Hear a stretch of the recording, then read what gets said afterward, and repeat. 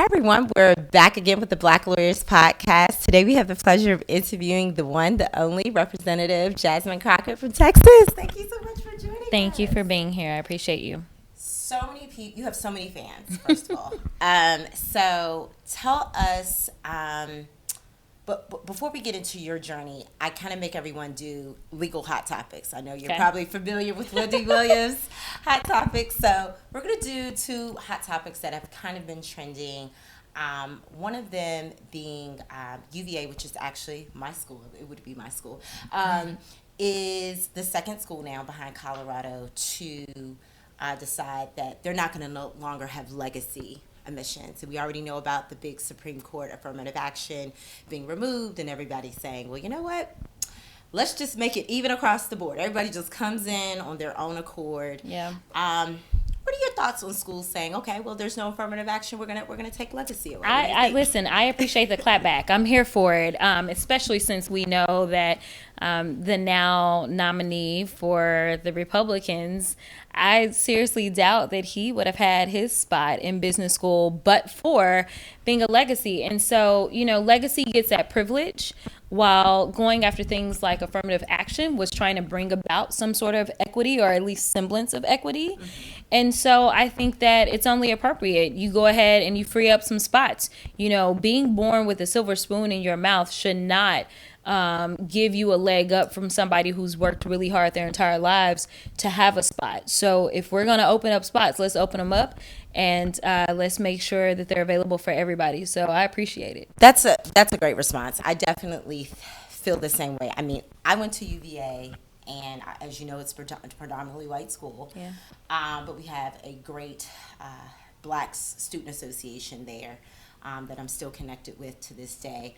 But, sometimes, I go in certain rooms and they're like, oh, you went to UVA. And it's almost like sometimes you get that feeling like, well, maybe they don't think that I got in because of... On your own merit. On my own merit. Yeah. So, okay, you're right. Let's just wipe it clean. And you bring up a really good point, because affirmative action was never about giving an opportunity to someone who could not meet the merit.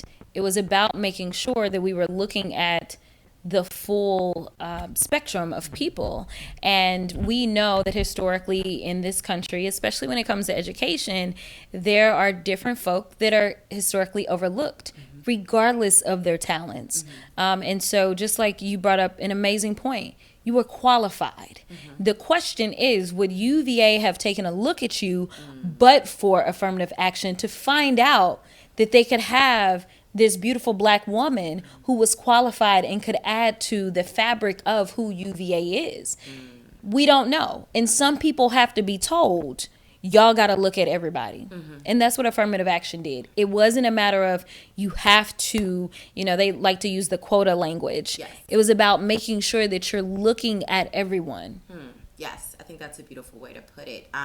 Speaking of trying to figure out requirements, another hot topic, reparations across the country. I know California, recently New York, they're looking to push finally towards figuring out a way to move forward with reparations for Black Americans in this country.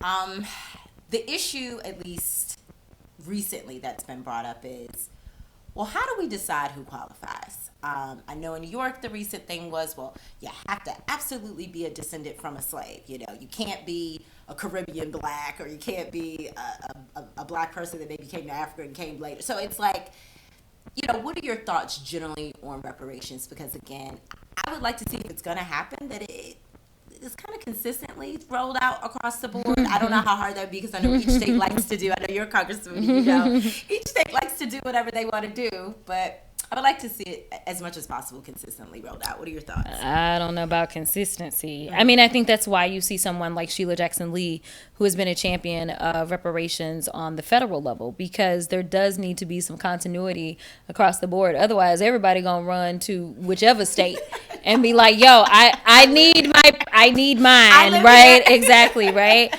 And so we don't want to see that. This is something that definitely needs to be thought through. But when you have people that aren't even willing to do the studies, aren't willing to invest to make sure that we can roll this out the right way. And I think that's where we have to start, just like anything else. We have to do the research. We have to figure out what would this look like in cost if we did it this way, or what about us doing it this way? You know, I think just this past week I saw, I don't remember which celebrity, but it was actually a celebrity, and I was like, I don't know that that's not necessarily a bad idea, but I'd have to think through it a lot. One of the things that they propose is black folk not have to pay taxes for a certain amount of time, because then again, that puts money back in your pocket. But at the same time, it may not be as objectionable to some people about actually giving out dollars. Yeah. But obviously then you start dealing with the different tax brackets and things like that. And that's one of the reasons that, you know, we argue the reparations make sense, because so many black folk, not only do you owe for the labor that was stolen and killed and all the other things, right?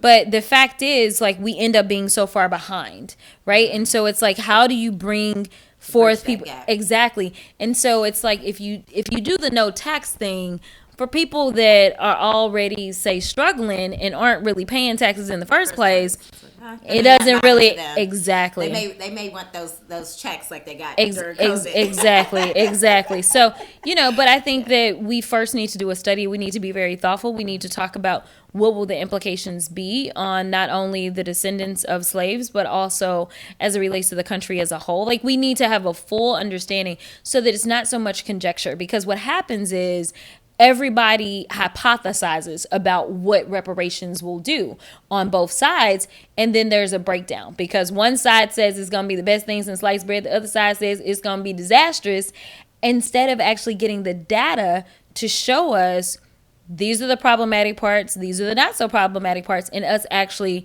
crafting a thoughtful way forward. But to think that America doesn't owe the descendants of slaves is an error. Well, obviously you're a congresswoman, so you know this.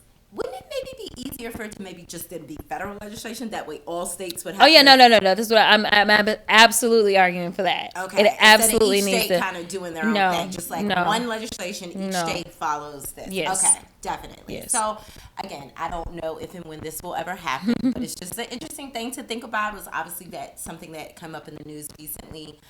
On to why we're here. It's all about you. It's all about Representative Jasmine. Thank you for playing that round of legal hot topics. So take us back a little bit. Who were you before, Congressman Jasmine Crockett? Like, who were you before? Let's say, we won't take it too far back, but how you were raised. Are you like an only child? Like, were you into high school? Like, who were you before you even entered into like the college law school space? Yeah, so I've always been the same. Always been the same. Okay. It's so funny when, my childhood friends, even back to elementary, I saw something that somebody posted just last week about me. I have always been the same. It's just a matter of how many cameras were rolling to see like who I am. But I've always been active in a gazillion organizations because my mom threw me into Top Teens, Upward Bound, MyUp, you name it, I was a part of it. And so she always wanted to make sure I was busy, number one.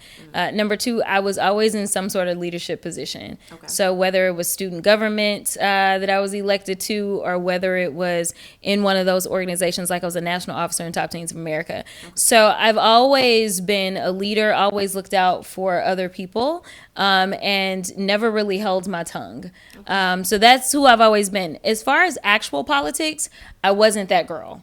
So I did do Model UN when I was younger, but I still wasn't into politics. It was just like me trying out so many different things because my mom wanted me to have life figured out at 18, which clearly did not work out. I knew nothing. Yeah, no, it's like, I mean, she's happy for sure, right, but right. Did I ever be like, oh, mama, I'm gonna go to Congress? Like, no, that never came out of my mouth.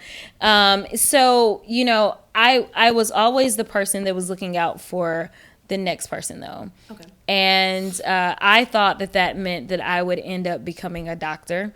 I was always a lot stronger in math and science. Really? I was not a history buff. Oh. I never took one poli-sci course in college or anything like that. But after doing a musical, I was recruited to do mock trial, and I became a national All-American in mock trial, and it was my mock trial coach who actually was like, you should apply to law school. And I did. I got a full ride. So I went. I said I could quit if I didn't like it. I was top 10% of my class. I stayed in law school. I loved it. And the rest is kind of history. But that's really more so been the trajectory of my life, where it's a matter of me kind of listening to the space and the people around me and kind of leaning into it versus me having it all figured out. Okay. Well, you answered my second question, which was, why law school then? Because, people have different journeys into law and why they want to become a lawyer. And I think, and I don't know when it happened. I don't know if it happened in college. Yeah, but there was a hate crime, right? Yeah. So tell us a little bit more, because some people may not know that about you, that kind of maybe further solidified, like, I'm definitely going to be a lawyer. Yeah. So all this, literally, when I say listen to the universe, all this was happening at the same time. So it was my junior year or my sophomore year. I'm getting confused now. But anyway, I went to school in Memphis. And if anybody knows anything about Memphis, Memphis is black.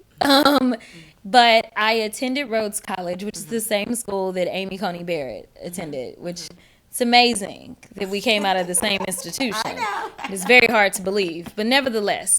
And so the school, though, is like this anomaly in the middle of North Memphis, because there were only 18 black students in my class.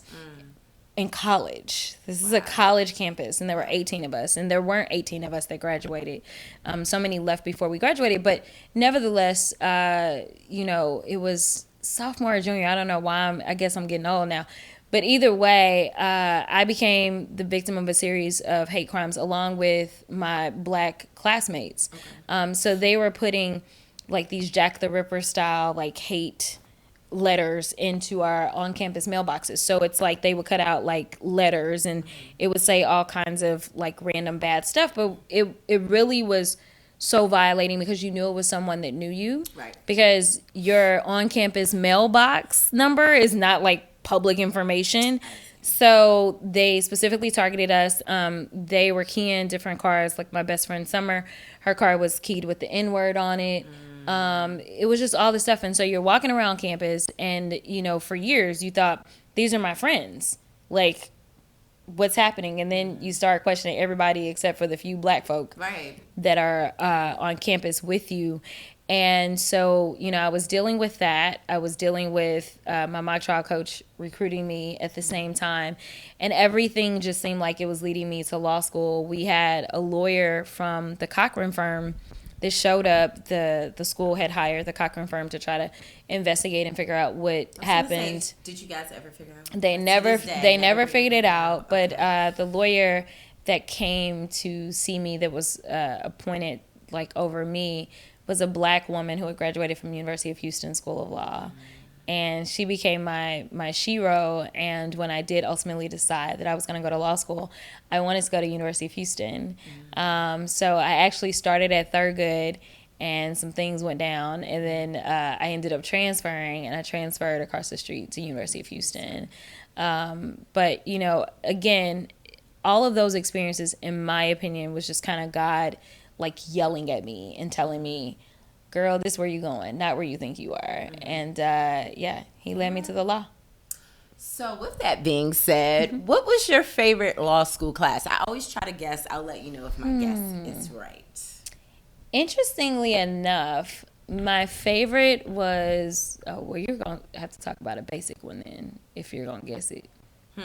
Because it was a specialized class. No. But it's the same thing. It actually was criminal law. Okay, it was crim was law. Yeah. It was mental health issues in criminal law, and interesting. That is a specialty. Yeah, it was a specialty. That was a class.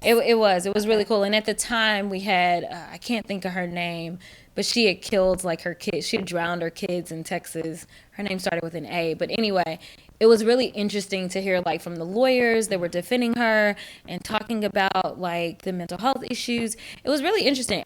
I used to love criminal law classes in general, but I was like, I will never do criminal law because I don't want somebody to try to kill me.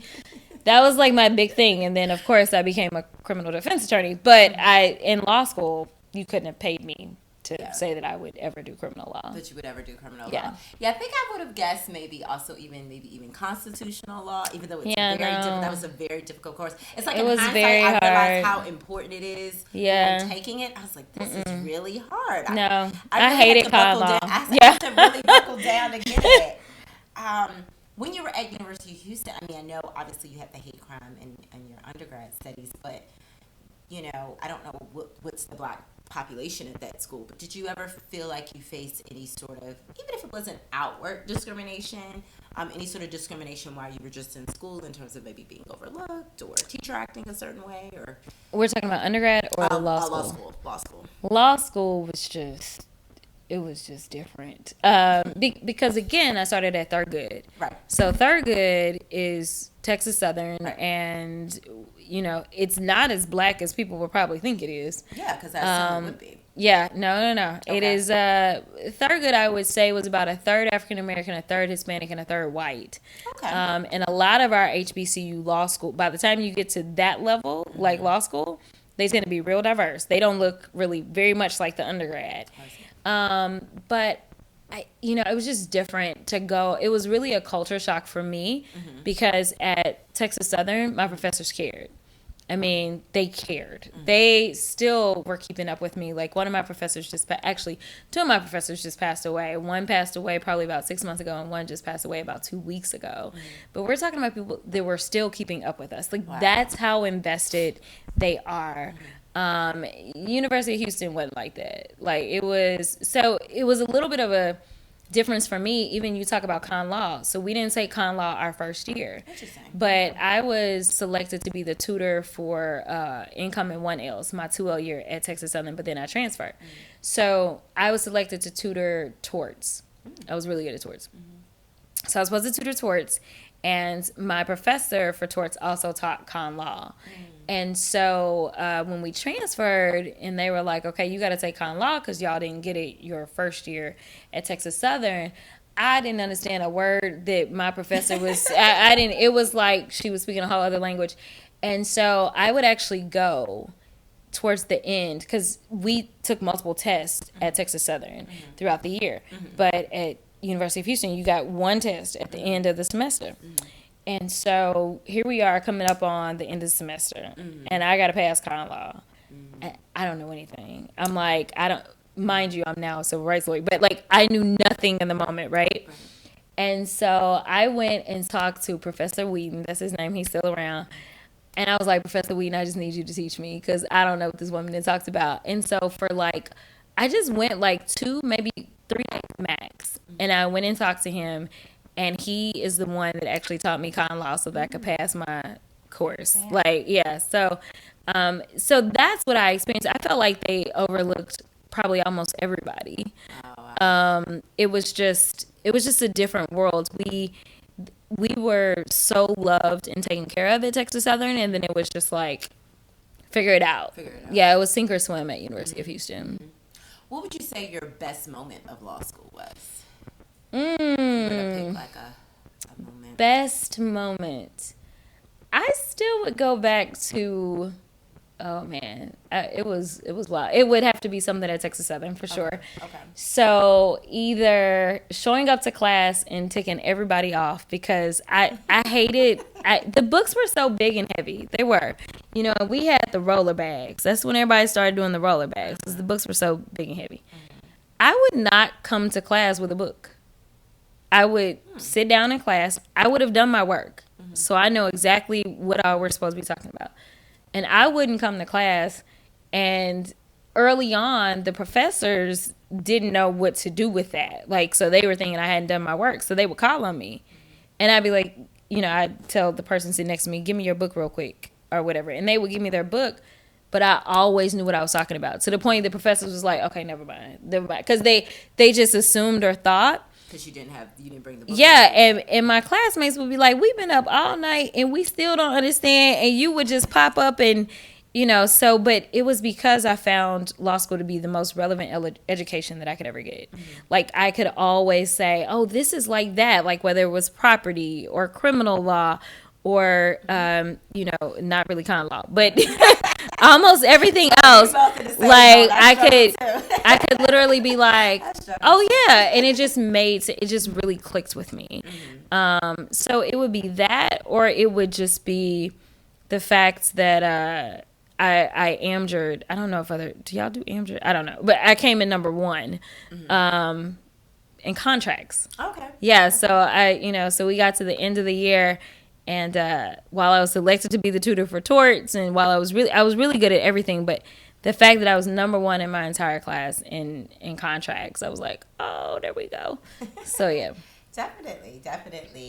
What would you say is your biggest motivator or inspiration? Because to become who you've become and go through the challenges, even just graduating from law school, people so tired of me quoting this quote, but less than 5% of lawyers are black. And then I don't know if you know the statistic off your head. I don't know the statistic of how many black congresswomen there are. I'm sure that number is very small too. Yes. So currently we have 31 black women. We have a total of 60 members of the Black Caucus. So we have more black women than black men. Okay. I think this is a first. In addition to that, there's been, I believe, 57 total black women to ever walk the halls of Congress. Okay. So it's a small number. Right. You're basically a unicorn. Okay. You can pop your collar and say you're a unicorn. A unicorn. It's a small number. Yeah. I think, every once in a while I kind of wake up and I'd be like, how and why did I get here? Right? Like, it still kind of just throws me off because there are people that have planned their entire lives and this was a part of their plan and it wasn't a part of mine. And they don't get elected. But I take it as a great privilege. But for me, what motivates me definitely doesn't have to do with the title. The title, much like practicing law, was a matter of being able to do the work that I want to do. So it's like, all right, this is the ugly that I got to go through to get to doing what I want to do. I'm inspired by the next generations. When you look at the compassion specifically that Gen Z has, and their heart for people, whether it's their hearts as it relates to what's going on in the Middle East and the Palestinians, whether it's, them really being forward thinking on climate, whether it's them having love for the entire LGBTQIA community and not judging, but instead standing in solidarity with so many of their friends and allowing them to be who they are without judgment, or whether we're talking about even diversity. You don't see them segregating off as often as prior generations, but instead you see them loving on one another. And so, I am inspired by them because I feel like Gen Z is exhibiting everything that America claims to stand for, but is obviously struggling to live up to those claims right now. And I want to do my part to make at least America become as beautiful as she says that she is. And that includes making sure that we get guns off the streets, which is yet another thing that Gen Z has been so big on, because this is an entire generation of people who literally have had to do active shooter drills. Something that I've never done, something that I never thought about, but it's created a whole different world. And it's not necessarily the happiest. But, we're talking about a very informed group of people that are really fighting tooth and nail for us to get better. And that inspires me. Well, we'll say you have a huge fan of obviously other millennials, but obviously Generation Z. This is why you went viral, right? Because people were reposting like she told them off in that impeachment inquiry. So, at the end of the day, you definitely inspired this next group. What would you say to someone that wanted to pursue, becoming because I know this wasn't your plan, but now that you've done it now, what would be a piece of advice for someone if they, like, I don't want to say steps, because I mean, Yeah, maybe no, just no. one big piece of advice that if this is something that you consider at any point in your life, what would be your best piece of advice if someone's going to run? I tell people all the time, get involved. So most people don't know I was helping to get people elected to office for years before I ever ran for office. And when people will come and say, hey, what should I do if I want to run for office? I tell them to go volunteer on somebody else's campaign. Okay. And I would tell them to volunteer on a campaign that more so mirrors the position that they're seeking, right? So if I'm seeking a city position, then go and volunteer on a city council race, because that'll give you that side of it. When you are talking about being in elected office, it's not just running for the position, it's also governing. And so learning about what it takes to actually win the seat, as well as understanding what it takes to actually stay in the seat, are the two things that you need to focus on. And so, for me, I think that I'm not allowed to sit in this position of privilege, as we've denoted how many Black women have not been able to walk the halls of Congress as a Congresswoman.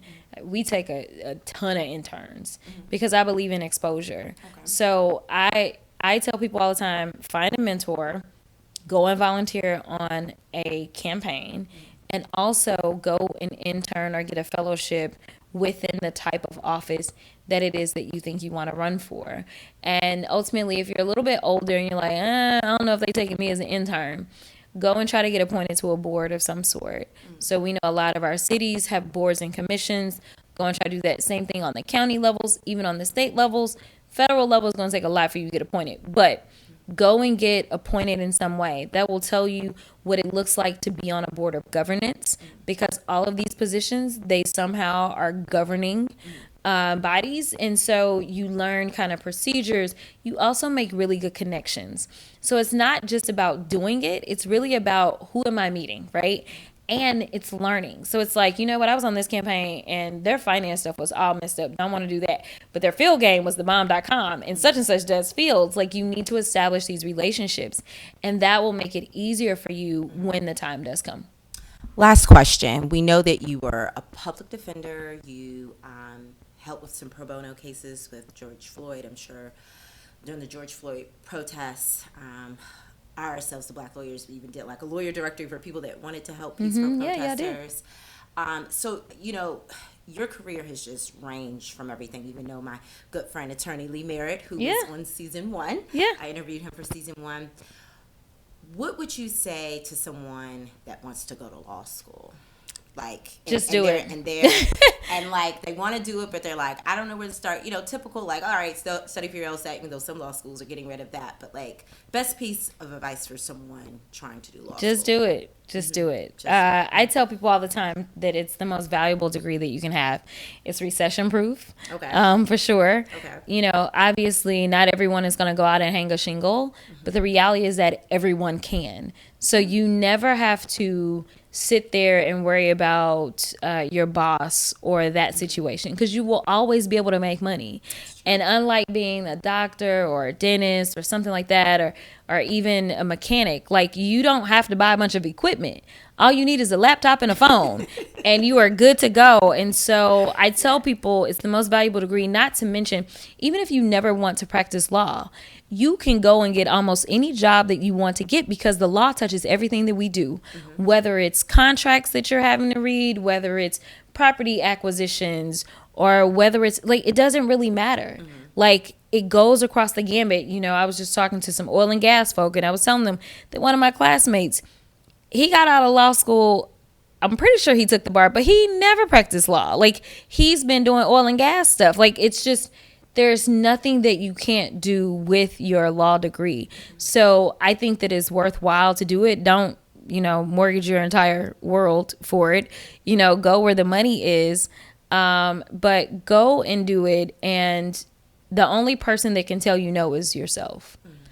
And that's if you just don't even try. There is some school that will take you.